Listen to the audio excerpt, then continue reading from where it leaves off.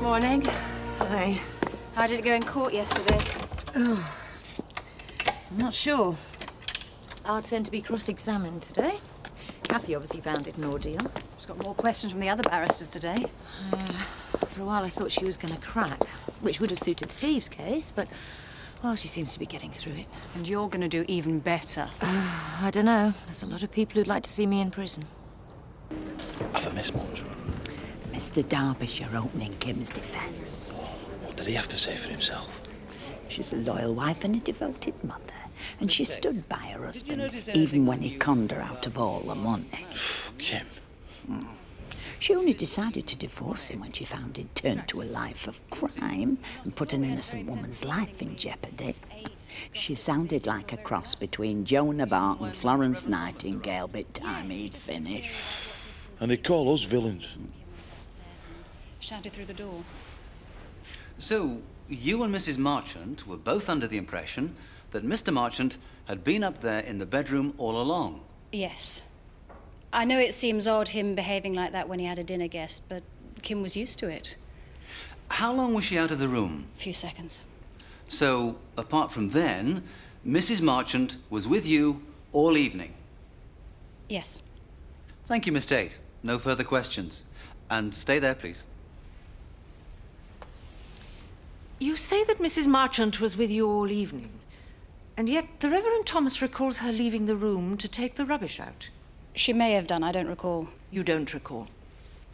No doubt it was a very pleasant evening. A good meal, some wine, perhaps? Yes. How much wine was consumed over this meal, Miss Tate?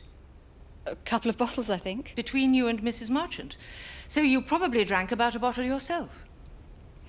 Yes, I didn't have to drive. It's a short walk home, and we were enjoying the evening. I'm not criticising your drinking habits, Miss Tate. But the jury may like to note that the Reverend Thomas was sober at this point. So his recollections of the evening are probably more accurate than yours. Did you and your husband entertain often? Not since Steve's business went down. We don't have money for lavish dinner parties anymore. That's why I was pleased when he suggested inviting Zoe over. So this dinner was your husband's idea? Yes.